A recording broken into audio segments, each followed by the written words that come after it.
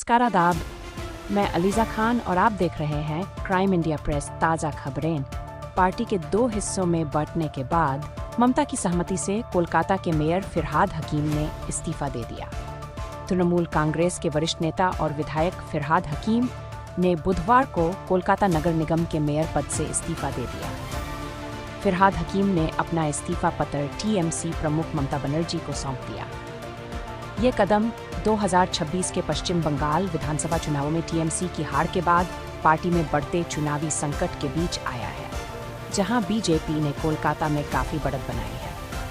हकीम को ममता बनर्जी का एक करीबी और वफादार माना जाता था, जिन्होंने 2018 से कुछ छोटे मोटे रुकावटों को छोड़कर मेयर का पद संभाला था।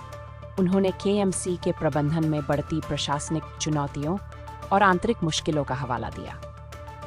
उनका जाना चुनाव के बाद की भारी उथल-पुथल के माहौल में हुआ है, जिसमें पार्षदों के इस्तीफों की झड़ी, निगम के भीतर कार्यकारी मतभेद और केएमसी के भवन विभाग द्वारा वरिष्ठ नेताओं से जुड़ी संपत्तियों को उनकी जानकारी के बिना नोटिस जारी करने जैसे विवादित कामों की खबरें शामिल हैं।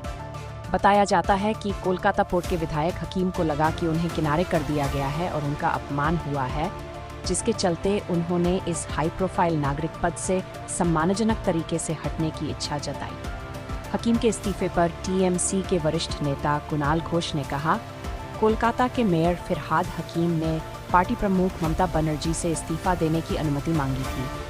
वह सम्मानजनक तरीके से हटना चाहते थे, क्योंकि राज्य सरकार नगर निगम को लगभग निष्क्रिय बना रही है।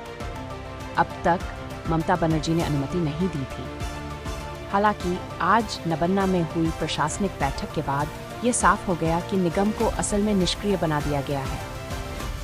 इस स्थिति को देखते हुए और यह सुनिश्चित करने के लिए कि वरिष्ठ नेता फिरहाद हकीम का सम्मान और कद बना रहे, ममता बनर्जी ने आज उन्हें इस्तीफा देने की अनुमति दे दी है, क्योंकि राज्य सरकार ने निगम को व्यावहारिक रूप से निष्क्रिय बना दिया है।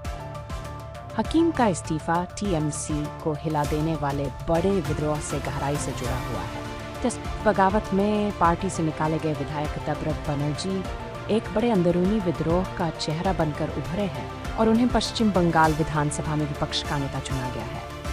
विधानसभा चुनावों के महज 1 महीने बाद ही, जिनमें बीजेपी ने बर्दाश्त जीत हासिल की थी और कोलकाता में अपनी गहरी पैठ बना ली थी, लगभग 60 टीएमसी विधायकों ने तबरक का समर्थन किया है। उन्होंने विधानसभा स्पीकर को चिट्ठियां सौंपकर दावा किया है कि उनके पास तबरक को विपक्ष का नेता बनाने के लिए जरूरी बहुमत है। बागी विधायकों ने पार्टी आलाकमान पर, खासकर अभिषेक बनर्जी के खेमे पर आरोप लगाया है कि उन्होंने विधायी पार्टी के पदों से जुड़े आधिकारिक संदेशों पर जाली दस्तखत किए हैं। इन पदों में खुद फिरहाद हाकिम मुख्य सचेतक कर प्रणामित करना भी शामिल है।